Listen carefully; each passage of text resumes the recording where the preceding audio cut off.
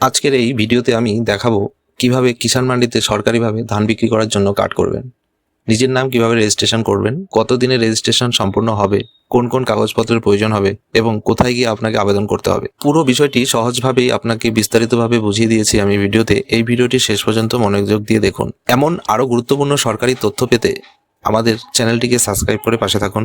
এবার রেজিস্ট্রেশন করার পদ্ধতি। প্রথমে আপনাকে গুগলে গিয়ে ই প্যাডি লিখে সার্চ করতে হবে। সার্চ করলে আপনাকে সরাসরি ই প্যাডির মূল ড্যাশবোর্ডে নিয়ে যাবে। এবার ড্যাশবোর্ডে আসার পরে আপনাকে ফার্মার সেলফ রেজিস্ট্রেশন দেখতে পাচ্ছেন, এই অপশানে ক্লিক করবেন। পরের পেজে আপনার আধার নাম্বারটা লিখবেন। আধার নাম্বার লিখে তারপরে গেট ওটিপিতে ক্লিক করবেন। আপনার আধার লিঙ্ক মোবাইল নাম্বারে একটি ওটিপি আসবে, সেই ওটিপি দেখে ওটিপি সাবমিট করতে হবে। এবার ওটিপি সাবমিট করার পরে আপনাকে পরের পেজে নিয়ে যাবে। এখন আপনাকে এখানে রেজিস্ট্রেশন সম্পন্ন করতে হবে। এখানে দেখবেন আর ইউ শিওর রেজিস্ট্রেশন কৃষক বন্ধু। আপনাকে কৃষক বন্ধুতে নাম আছে থাকলে ইয়েস করবেন। ইয়েস করার পরে এখানে দেখবেন সার্চ বাই, কি দিয়ে সার্চ করবেন। আপনার কৃষক বন্ধু সার্চ করার জন্য কৃষক বন্ধু আইডি বেস্ট হবে। আইডি থাকলে বের করে নিয়ে আইডি দিয়ে সার্চ করবেন। ভ্যালিডেট অপশনে ক্লিক করলেই আপনাকে এই মেসেজটি শো করবে। আপনার দেখবেন নিচের দিকে পুরো ডিটেলসটি শো করছে। এখানে শো করার পরে মিলিয়ে নেবেন, ঠিকই আছে সবকিছু। দেখে নিয়ে আপনাকে এবার মোবাইল নাম্বারে জেনারেট ওটিপি, এই মোবাইল নাম্বারে একটি ওটিপি সেন্ড করতে হবে।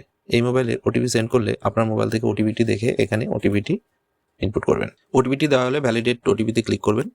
ক্লিক করার পরে এখানে আপনার ফাদার নেম যদি অটোমেটিক না এসে থাকে তাহলে নিজে থেকে লিখে দেবেন। কি আপনার বাবার নাম আছে সেটি লিখিয়ে নিয়ে এখানে রিলেশন সিলেক্ট করবেন, কে হন উনি আপনার। এখানে ফাদার সিলেক্ট করলেন, নেক্সট অপশানে ক্লিক করবেন। এখানে আপনাকে এসে জিপি নেমটি বসাতে হবে। আপনার কত নাম্বার জিপিতে আপনি বসবাস করেন সেই জিপি নাম্বারটি এখানে বসিয়ে দিন। সব কিছু ঠিকঠাক থাকলে এরপর আপনাকে নেক্সট অপশানে ক্লিক করবেন। নেক্সট অপশানে ক্লিক করার সঙ্গে সঙ্গে আপনার কৃষক বন্ধুতে যে আপনি জমির পরিমাণ, জমির পর্চা দিয়ে রেখেছেন সেটি অটোমেটিক এখানে রিরাইট হয়ে শো করবে। এখানে আপনার আর কিছু করার দরকার নেই। আপনি এখানে জাস্ট পার্সেস সেন্টার সিলেক্ট করবেন।